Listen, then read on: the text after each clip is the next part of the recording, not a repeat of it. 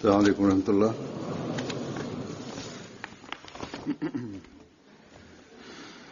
أشهد أن لا إله إلا الله وحده لا شريك له وأشهد أن محمدا عبده ورسوله أما بعد فأعوذ بالله من الشيطان الرجيم بسم الله الرحمن الرحيم الحمد لله رب العالمين الرحمن الرحيم مالك يوم الدين إياك نعبد وإياك نستعين اهدنا الصراط المستقيم صراط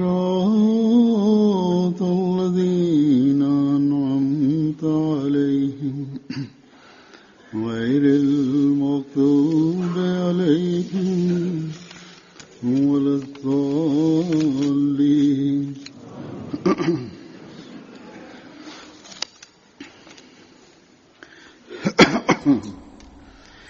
आज मैं हज़रत मसीह मौऊद अलैहिस्सलाम के एक ऐसे निशान का जिक्र करूंगा जो आज के दिन Today I will mention a sign of the promised Messiah, on whom be peace, which manifested on today's date, that is 11th April in 1900. ये निशान आपका अरबी ज़ुबान में खुतबा है जो खास This sign or occurrence was a sermon delivered by the promised Messiah alayhi salam in Arabic, with special help and support of God. This was a revelatory sign, which was by way of revelation, and thus it was called Khutbah Ilhamiyah, the revealed sermon. This revealed sermon and inspired state was listened and witnessed to by 200 people.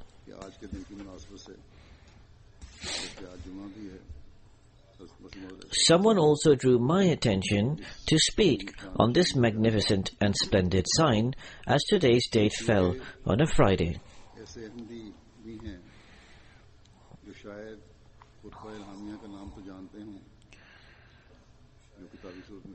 There are some Ahmadis who may be familiar with the name of Khutbah Ilhamiyah, the revealed sermon, which is also published in book form. However, they are not aware of its knowledge, history and context.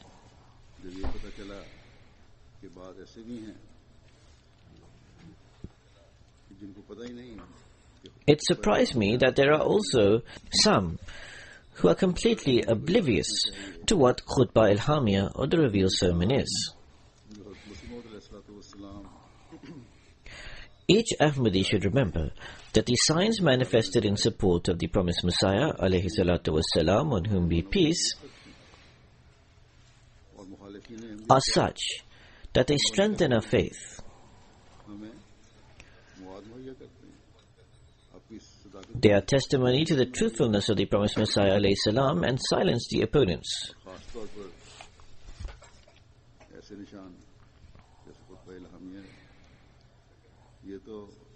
In particular, Khutbah Ilhamiyah, the revealed sermon, is indeed one of the great and magnificent signs amongst the signs of the promised Messiah, on whom be peace. It has silenced some of the most senior and major ulama. Nonetheless, today I will briefly mention the background and history of the Khutbah Ilhamiyah, the revealed sermon. I will also relate the effect and impact that it had upon Ahmadis, and the condition and state that they passed through at the time. Also, what non-Ahmadis have to say about this. I will further present some sentences or some extracts briefly of this sermon.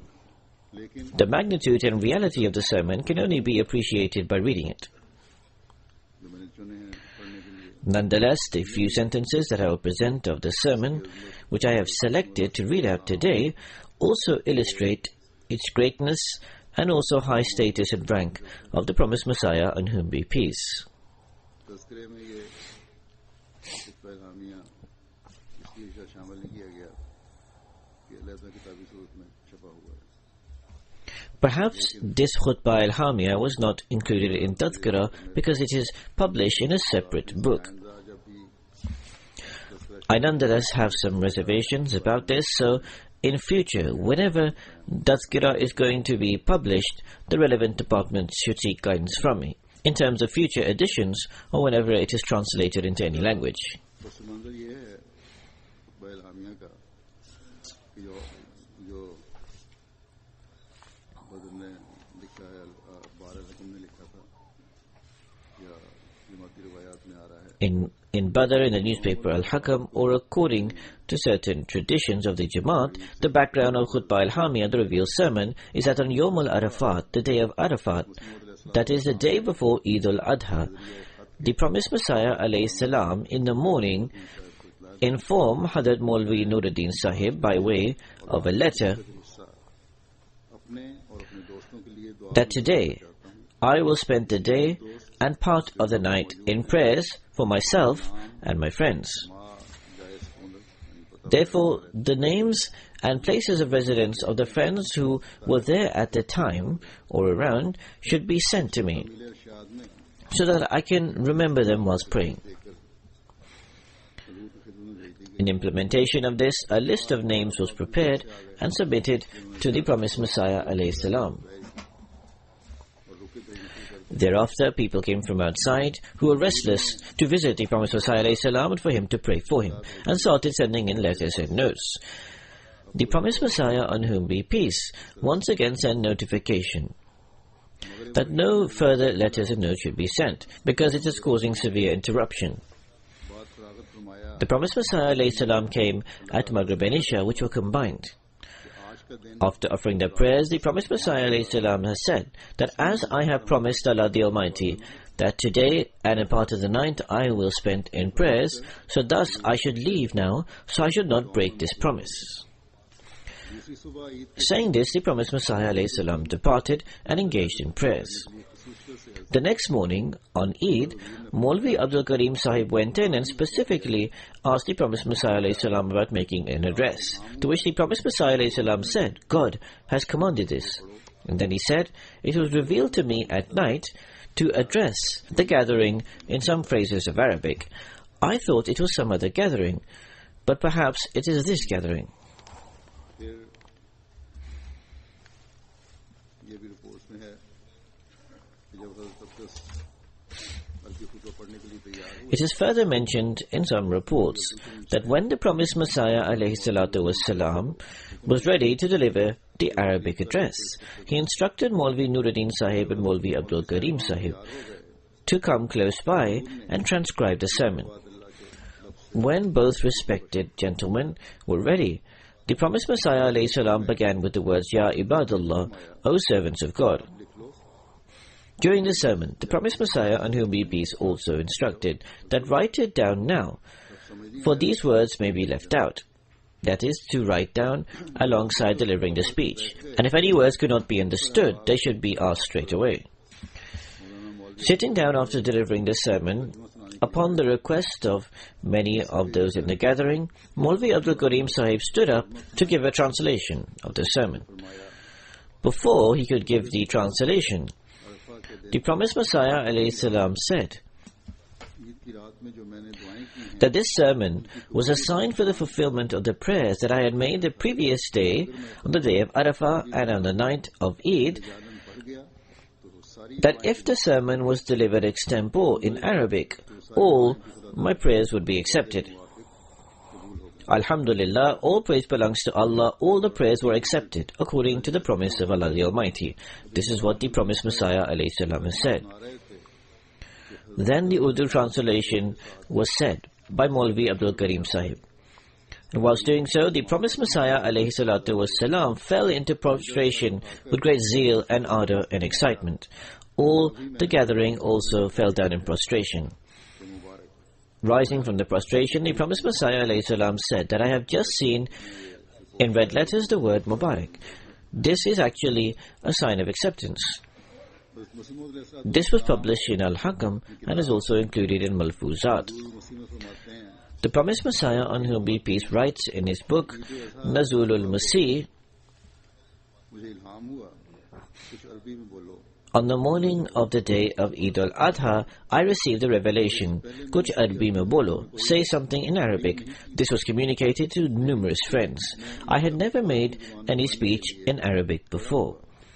When on that day I stood up to deliver the Eid sermon in Arabic, God Almighty made a clear and eloquent Arabic address flow from my tongue, which was pregnant with meaning, and which is set out in the book entitled Khutbah Ilhamiyah, the revealed sermon. The address extends over several pages and was made spontaneously and extemporarily in one continuous delivery. God has called it a sign in His revelation. For the address was delivered entirely under the influence of divine power. I do not believe at all that any Arabic orator, scholar, or literary figure can deliver such a speech extempore. Approximately 150 individuals were witness to this speech. Then in Haqiqatul Wahi, the promised Messiah, on whom be peace, writes in more detail. On the morning of the 11th of April 1900, on the day of Eid al-Adha, I received a revelation. Today you should make a speech in Arabic. You are given the capacity, capability and power. This was followed by the revelation. Kalamun ufsihat min ladun Rabbin Kareem.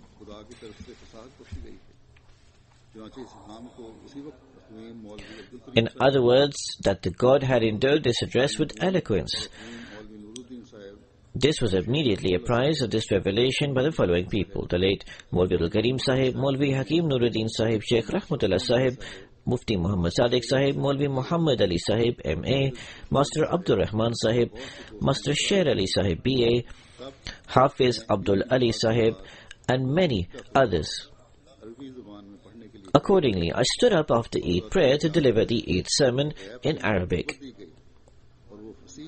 God Almighty knows that the capacity was bestowed upon me from the unseen, and the eloquent Arabic address that proceeded extemporarily from my mouth was definitely beyond my power and capacity.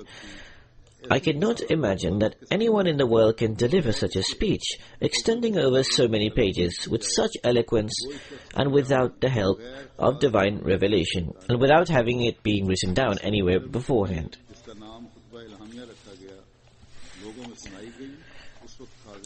This Arabic address, which had been named Khutbah Ilhamiyah, the revealed sermon, was delivered to a gathering of perhaps 200 people. Subhanallah.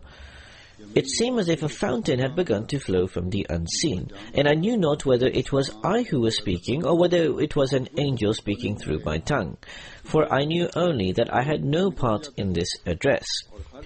Sentence after sentence issued from my mouth, and each one was for me a sign. These sentences have been published by the name of Khutbah Ilhamiyah, the revealed sermon. If you read this book, you will realize that is it in human's capacity to stand up and extemporarily deliver such a long speech in Arabic without prior thought, consideration or preparation? This is a miracle of intellectual and scholarly nature that God manifested, and no one can present anything equal to it. This challenge stands until today. After delivering this sermon, further details have been included in Tariq-e-Ahmadiyyat, that because the sermon was an incredible and immense intellectual and scholarly sign, the promised Messiah ﷺ inculcated his followers to memorize it.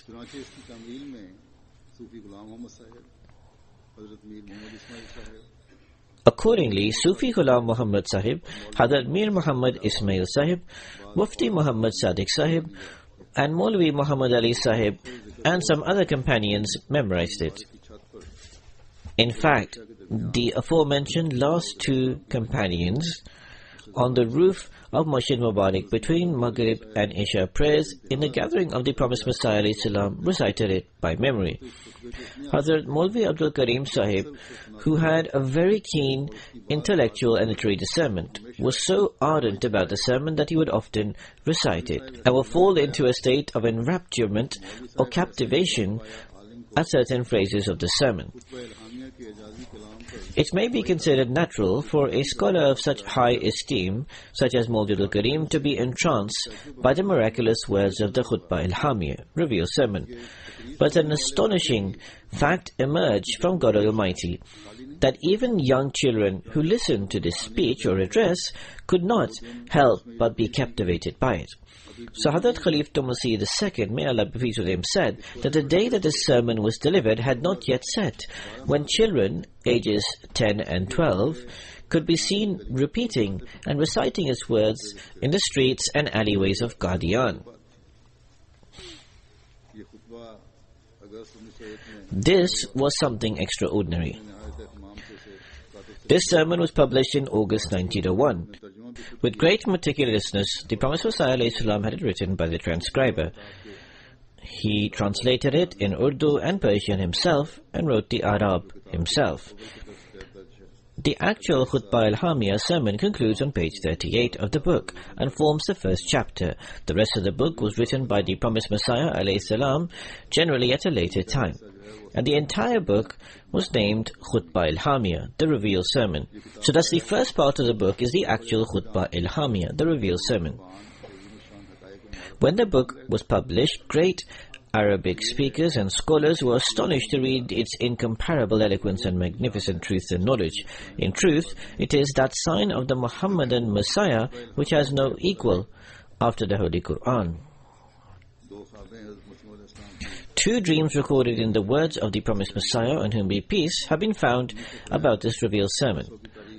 These are included also in Tadhkirah. Under the date April 19, 1900, the Promised Messiah ﷺ wrote about a dream of Mian Abdullah of Sonori, in which Mian Abdul Sonori said that Munshi Ghulam Qadir the late of Sonor had come. He asked him about the gathering and to give news about it. He said in reply that there is great clamour in the heavens. So he is relating the circumstances in the heaven in the dream. This dream is an exact accord with the dream of Sayyid Amir Ali Shah, because he had seen that when the Arabic address was being delivered on Eid day, the Holy Prophet Muhammad, may the peace and blessings of Allah be upon him, Jesus, peace be upon him, Moses, peace be upon him, and Hazrat Khidr alayhi salam were present amongst the gathering and were listening to this sermon. He was shown this as a vision while he was sitting and listening to the sermon. There are some impressions of the companions of the Promised Messiah. Hafiz Abdul Ali Sahib said that he was present at the time of the Khutbah al-Hamiyah, and he noted that the voice of the Promised Messiah ﷺ had changed. Sayyid Sahib, who used to receive revelations but was nonetheless an Ahmadis, was seated beside me, remarked that even angels were present at the time to listen to the sermon. Hazrat Mirza Fazl Beg Sahib said that the Promised Messiah ﷺ delivered the revealed sermon on Eid al-Adha in the old Masjid Aqsa, in the mihrab near to the one of the doors, at the outside door, in the Arabic language. That is, he stood where there was an arch in the veranda where there was a house or courtyard. The Promised Messiah ﷺ repeated each word thrice, and Maulvi Abdul Karim and Khalifah Masih Awwal would both transcribe it. They would inquire from the Promised Messiah if the word was from a sin or the, from a ain or from a alif. That is, they would actually seek guidance. In short, they would themselves inquire about whether they had written down the words correctly and whether they need to rectify it, and the Promised Messiah would verify it himself. After the sermon was over, the promised Messiah asked Maulvi Abdul Karim Sahib to read out the translation to the public, and thus Abdul Karim Sahib did accordingly.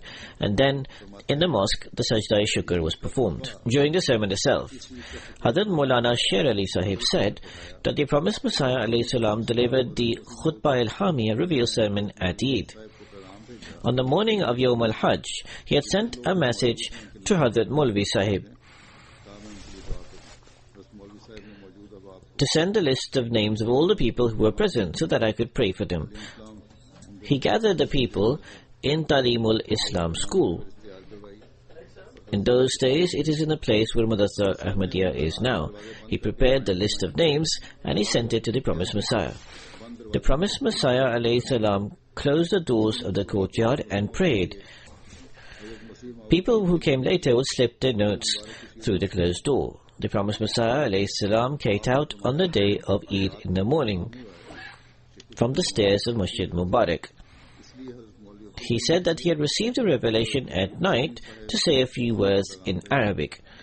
He thus sent a message to Maulvi Abdul Karim Sahib and Maulvi Nuruddin Sahib that they should bring pens, papers and ink because he had been told by revelation to speak in Arabic. Maulvi Abdul Karim Sahib led the prayers. Then the promised Messiah ﷺ delivered an address in Urdu, perhaps on a seat. After this, in Arabic, the promised Messiah ﷺ delivered a sermon seated. He had a special state upon him. His eyes were shut, and at the beginning of every sentence, he spoke louder, and then his voice lowered. On one side were the transcribers. If one of the two could not hear the word properly, the promised Messiah would explain it to them. And he said, if you could not hear the voice, you should ask immediately, because it is possible that I will not remember later. The promised Messiah ﷺ says that until this link continues from the heavens, I continued, and when it ended, I stopped speaking. Then the promised Messiah ﷺ made special arrangements to have it transcribed, and then he translated it into Urdu and Persian. He also inculcated the people to memorize it, just like the Holy Quran is memorized. Thus Mufti Muhammad Sadiq Sahib and Maulana Muhammad Ali Sahib memorized it and recited it to promised Messiah in Masjid Mubarak. Similarly, my brother Hafiz Abdul Ali Sahib asked Hazrat Maulvi Sahib about this. Maulvi Sahib responded that we are aware that this is beyond the capacity of the promised Messiah. The meaning of his response was that this was in fact the word of God and not the words of the promised Messiah. Hazrat Mian Amiruddin Sahib said that after delivering the revealed sermon, the promised Messiah came out and said on the way that when I was saying one word or sentence, I would not know what the next sentence would be. It would appear before me in written form and I would read it out. The promised Messiah would speak very slowly and in gaps. Hazrat Maulvi Abdullah Sahib Batalvi writes that Sayyid Abdul Hay Sahib from Arabia had come from Arabia and stayed in Qadian for research purposes and to study further for a long period of time. Later he took the bayat of the promised Messiah.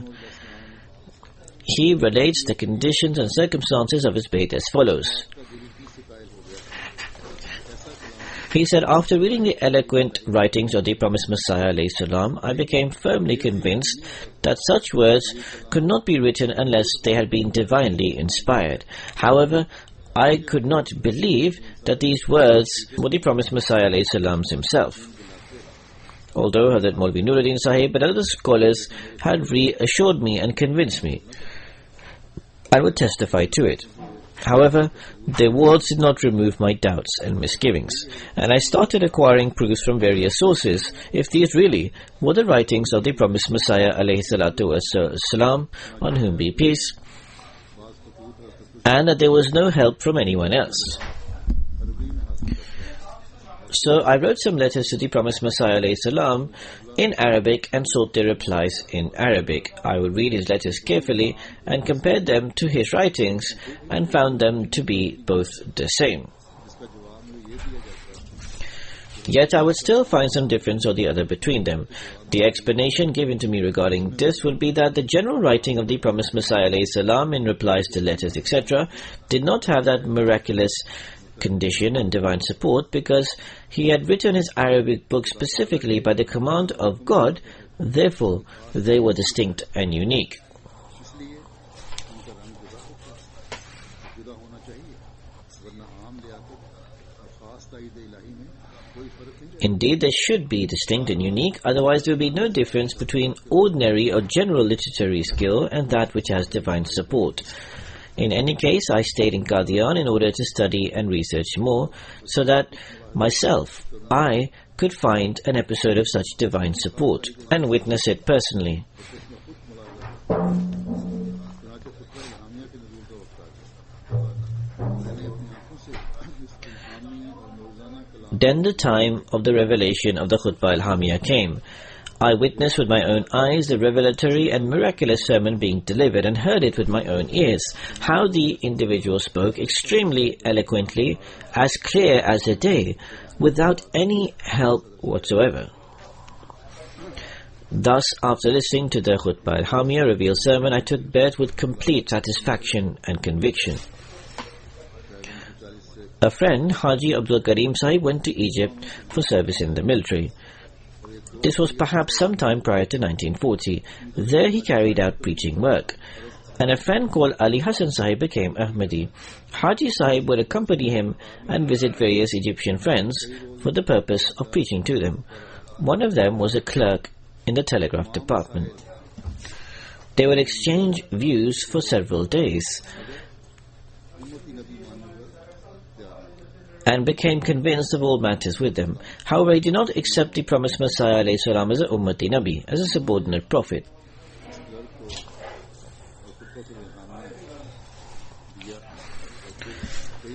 Haji Sahib gave him Al-Khutbatul al-Hamiyah to read and did not visit him for many days. One day he received a letter from the friend inviting him for dinner. Upon arrival there, he asked him to write a letter of bet on his behalf. Haji Sahib inquired that had he resolved the issue of Khatm-e-Nabuwwat, the finality of Prophet, the friend responded that he invited a senior professor or scholar from Al-Azhar University for dinner one night and told him that some Indians had preached to him that Jesus, peace be upon him, had died, and that Jesus to come is a person from the Ummah of Muhammad sallallahu alaihi wasallam who would come as the Messiah and the Mahdi. And Hazrat Mirza Ghulam Ahmad of Qadian was a claimant to this.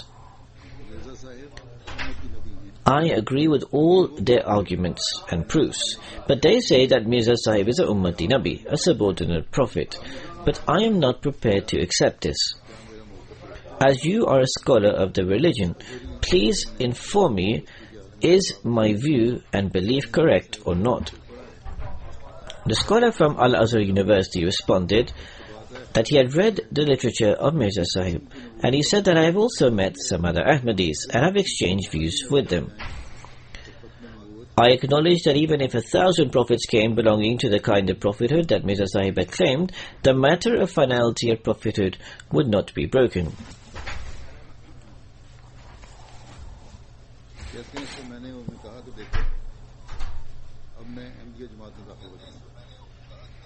Upon this I said to him that, look, I will now join the Ahmadiyya Jamaat, and on the day of judgment you would be responsible. The Al-Azhar scholar said, my response is only limited to our exchange. If you ask me publicly, I will say a subordinate prophet cannot come. I will not say this in front of people. Indeed, if you wish to join the Ahmadiyya Muslim Jamaat, you may join upon my responsibility. As far as I am concerned, there are a few impediments in my way, the biggest of which is that if I become an Ahmadi, I will be dismissed from my job. So thus, worldliness and materialism dominated him. The Egyptian friend says that as soon as I heard this from the Al-Azhar scholar, I had resolved firmly to join the Ahmadiyya Muslim Jamaat. I started reading Khutbah al-Hamiyah, the revealed sermon, and went to bed after finishing it. At night I saw in a dream that Sayyidina Ahmad, the promised Messiah alayhi salam, is going somewhere with a very large community of people. I asked him that, who are these people and where are you taking them? The promised Messiah, on whom be peace, says that these are the awliya Allah, the friends of God, who had come before me in the ummah of the Holy Prophet ﷺ, and I am taking them to the courtyard of the Holy Prophet Muhammad ﷺ. I am the Khatamul Awliya. There will be no wali except he who is from my Jamaat, and there will be no prophet after the Holy Prophet Muhammad ﷺ, but he who will be an Ummati Nabi, a subordinate prophet like I am. When I awoke, the issue of the finality of prophethood was resolved, and I was extremely happy. Haji Abdul Karim says that I filled his bed form and wrote down the whole account and sent it to Qadian.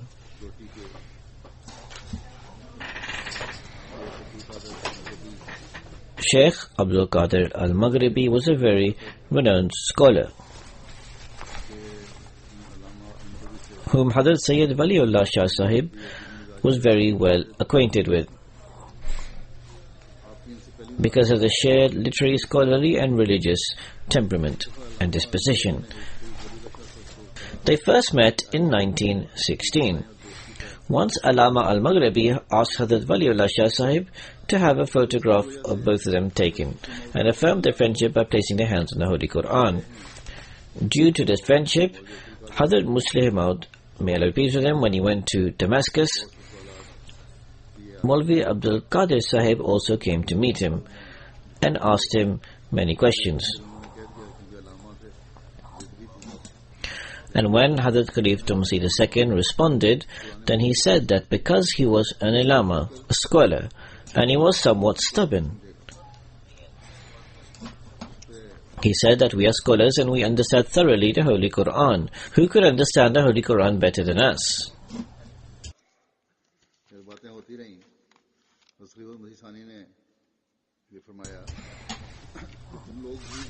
So this continued as such. Hazrat Khalif Tumsi II said,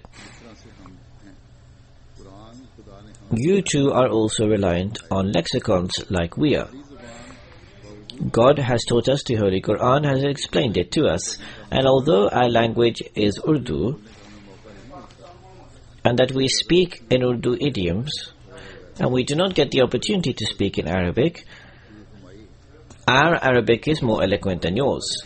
The promised Messiah Islam spoke fervently and most eloquently in Arabic, and a Sayyid Sahib sitting nearby became attentive and told Maulvi Abdul Qadir Sahib that indeed they were certainly more eloquent than them. On this, he softened a little and started speaking more respectfully.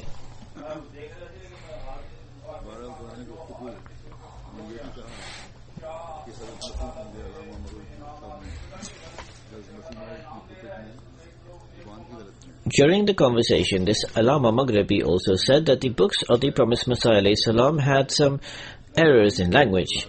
Hazrat Musleh Maud also responded that if you have the capacity, you should announce those mistakes or write answers to the books and publish them. Remember that you can never do so. If you pick up your pen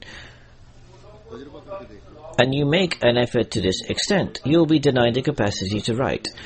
Go ahead and try this. Upon this, Maghribi Sahib started pleading not to spread the message of Ahmadiyyat in Arabia, Syria and Egypt, as it gives rise to dissension. And there was already so much dissension around. The Wahhabis had already caused a lot of grief and suffering. I suggest that you should do tabligh to the pagans and Christians of Europe, America and Africa, and send people with glad tidings there, but do not speak of such creed in Arabia at all. He pleaded and grovelled in every way possible for the Jamaat to neither announce the promised Messiah ﷺ's teachings in those areas nor send missionaries. And he continued in this manner. Then he said that we know he was a good man and had a sense of honor for Islam. But, he said, we do not accept his prophethood and messengership. You should gather people simply on La ilaha illallah Muhammad Rasulullah. So Hazrat Musleh Maud provided the answer to all of this in a very dignified and majestic tone. He said that if this was our plan, we would have left it. But this is God's command. It has no involvement of ours or of the promised Messiah alayhi salam. It is God's command, and we will most certainly take this message to all.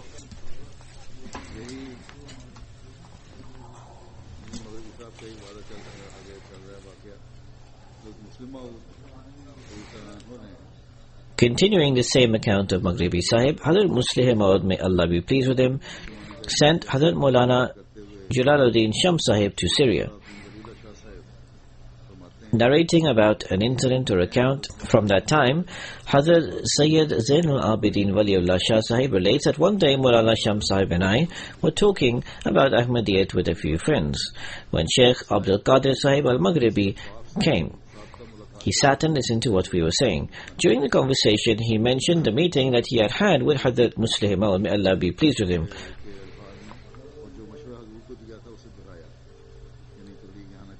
And he repeated a suggestion he had made to Hazur in a very contemptible and despicable tone, that is, to not do tabligh there. He said by way of a joke that the Arabic phraseology of the Arabic revelations was not even correct. So he was raising the allegation that the Arabic words of the promised Messiah ﷺ were not correct.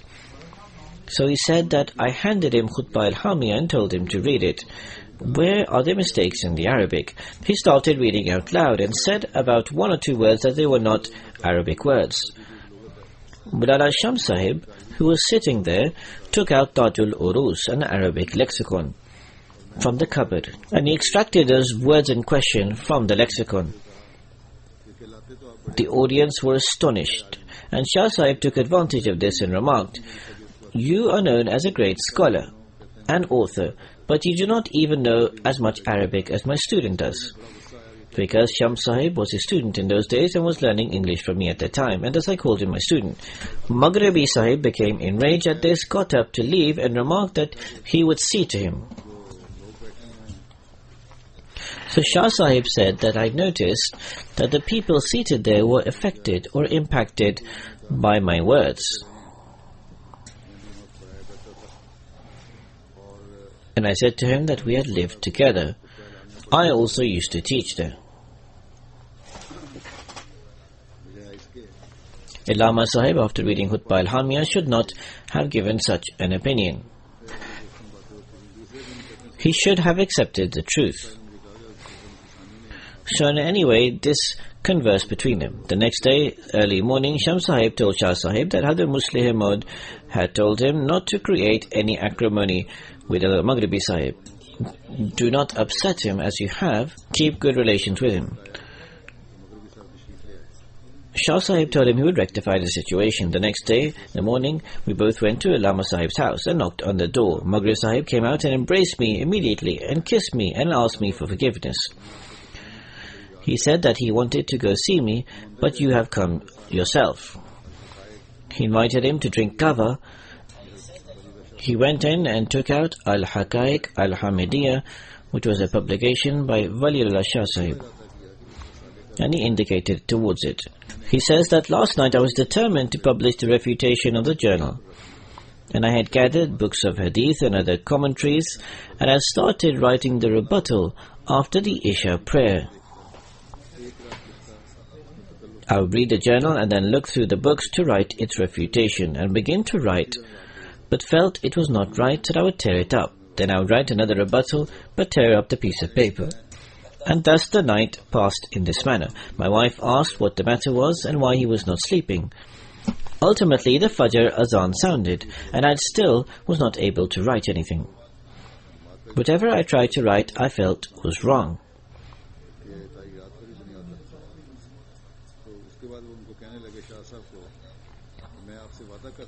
And naturally, the literature of the Jamaat is based on the writings of the promised Messiah ﷺ.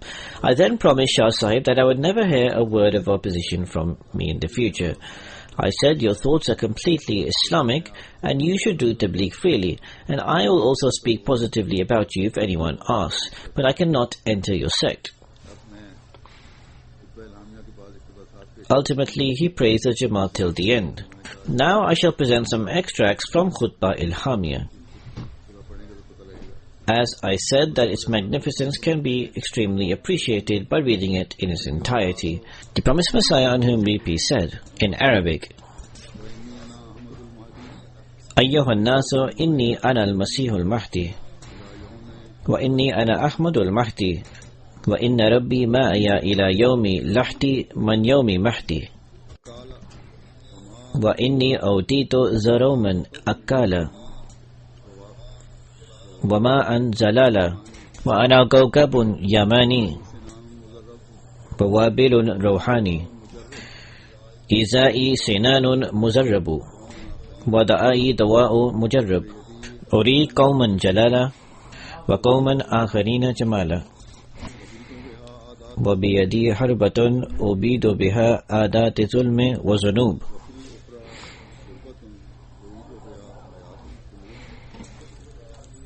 وفي الأخرى شربة أعيد بها حياة القلوب.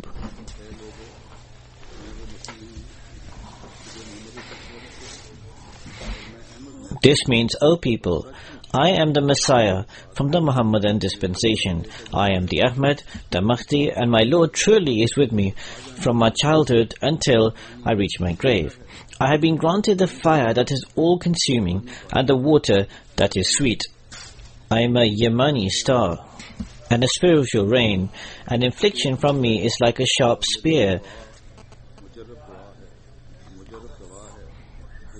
and my prayer is a proficient antidote. I display my majesty to one body of people and my grace to another body of people. I have a weapon in my hand with which I destroy sinful and cruel habits, and in the other hand I have a sweet beverage with which I revive hearts. Then the promised Messiah ﷺ states, Ayyuhan nasu qumu lillahi zarafatin wa farada summa taqullaha wa fakkiru kalladhi ma bakhila wa ma aada alaysa hazal waqtu waqta ruhmillahi ala al-ibad wa waqta daf'i sharri wa tadaruki atshil akbad alaysa saylu sharri qad baligha intaha wa zayr al-jahl tawala arjaha wa fasada al-mulku kullu wa shakara iblisu jahala fashkuru Allah alladhi tazakkarakum wa tazakkara dinakum wa ma azaa wa asama harsukum wa zar'akum wa law'aha wa anzala al-matara wa akmala abzaaha wa ba'sa masihahu ladaf'i az-zir wa mahdiyahu لفازات الخير وأدخلكم في زمان إمامكم بعد زمان الغير. This means, O people, for the sake of God, fear Him and think collectively or individually like that person who is neither narrow-minded nor has any enmity. Has the time not come for God to have mercy on people? And has the time not come for wickedness to be eliminated and part souls to be satiated with spiritual rain? And has the deluge of evil not reached its height and ignorance spread boundlessly? The country has become wicked, and Satan is grateful to the ignorant. Thus be grateful to God, who has remembered you and has remembered your faith, and safeguarded it from ruin. He saved what you sowed and your crops from disasters, and sent rain and brought its stock to fruition. He sent His Messiah to eliminate harm, and sent His Mahdi for good and gains, and included you in the era of your Imam after the era that was without him. Then the promised Messiah, on whom be peace, states, وَإِنِّي عَلَى مُقَامِ الْخَتْمِ مِنَ الْوَلَايَةِ كَمَا كَانَ سَيَّدِيَ الْمُصْطَفَى عَلَى مُقَامِ الْخَتْمِ مِنَ النَّبُوَّةِ وَإِنَّهُ خَاتَمُ الْأَنْبِيَاءِ وَأَنَا خَاتَمُ الْأَوْلِيَاءِ لَا وَلِيَّ عِبَادِي إلا الذي هو مني وعلى عهدي وإني أرسلت من ربي بكل قوة وبركة وعزة وإن قدمي هذه على منارة ختم عليها كل رفعة فاتقوا الله أيها الفتيان وعارفوني وآتيئوني ولا تموتوا بالإسيان وقد قرب الزمان وَحَانَ أَن تَسْأَلَ كُلُّ نَفْسٍ وَتَدَانَ. That I am one to end the system of Walayat, just as our Holy Prophet Muhammad ﷺ concluded prophethood. He is the Khatamul Anbiya, the seal of all the prophets, and I am the Khatamul Awliya. There will be no wali after me but he who will be from me and will be taken my pledge. I have been sent by my God with all power, blessings and honor, and I tread upon such a minaret which is the loftiest of all. Fear God, O young men, and recognize me, and do not live disobediently, and do not die disobedient. The era is nearby, and the time is close when each soul will be held accountable for what it did and will be recompensed. So thus this is that great sign, and these are those magnificent words of the invitation that the promised Messiah ﷺ gave with the command of Allah the Exalted and through the revelation that he received. This sign, as I have said, occurred on 11th of April 1900. This sign continues to demonstrate his glory to this day, and to this day no linguist or no great or major scholar, even if he is from Arabia, can equal this. How could this ever be equaled? For these were the words of God, which were uttered from the tongue of the promised Messiah, on whom be peace. May Allah the Almighty give the world in general and the Arab Muslims in particular the understanding and courage to recognize the message of the chosen one sent by Allah the Almighty, and may they become helpers of the true devotees of the Holy Prophet Muhammad sallallahu alaihi wasallam in making the Muslim Ummah a united Ummah, and to remove this dissension. May Allah the Almighty also enable us to fulfill our responsibilities. After the Friday prayers, I will also lead 2 funeral prayers.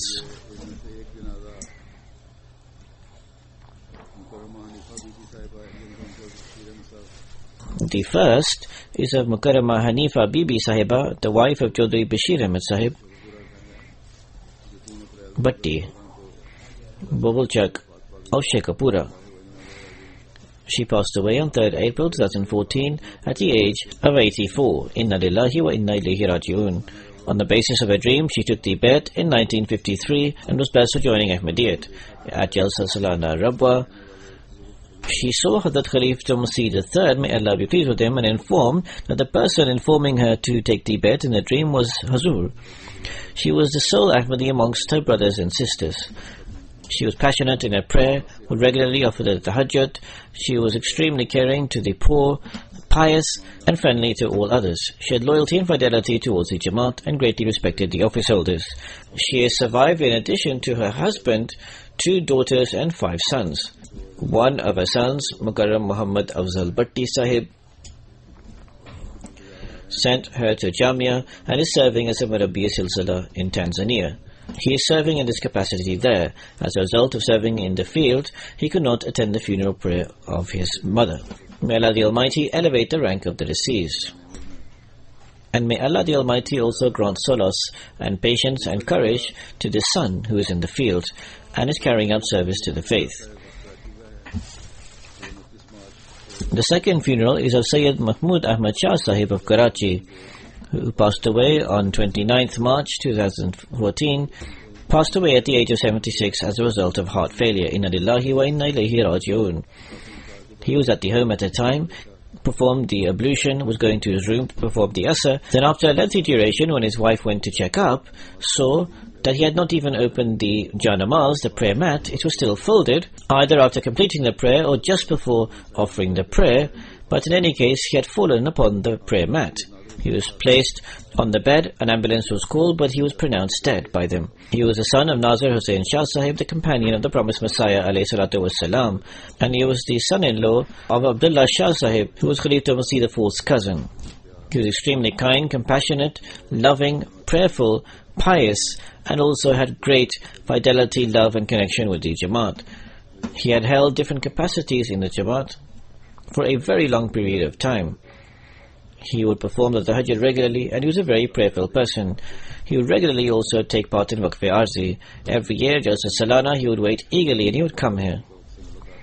He had great passion to attend the Jalsa Salana, and he would also have a great longing to meet Khalifa Masih. For a long period of time, he was unable to serve in the capacity of the local Secretary of Wasaya. He was a Musi. Apart from his wife, he is survived by 1 daughter and 4 sons. All of them are outside Pakistan, in Australia, Canada, America, Sweden, etc. Two of his brothers live here. One is Sayyid Nasir Shah Sahib, who is the Secretary Rishta Nata UK Jamaat. May Allah the Almighty grant him forgiveness, grant him mercy, and may all the family who are left behind be granted patience and solace, and may they be enabled to continue his pious ways. Alhamdulillah, Alhamdulillah, nahmaduhu wa nasta'inuhu wa nastaghfiruhu wa nu'minu bihi wa natawakkalu alayhi wa na'udhu billahi min shururi anfusina wa min sayyiati a'malina. من يهده الله فلا مضل له ومن يضلله فلا هادي له ونشهد أن لا إله إلا الله ونشهد أن محمدا عبده ورسوله.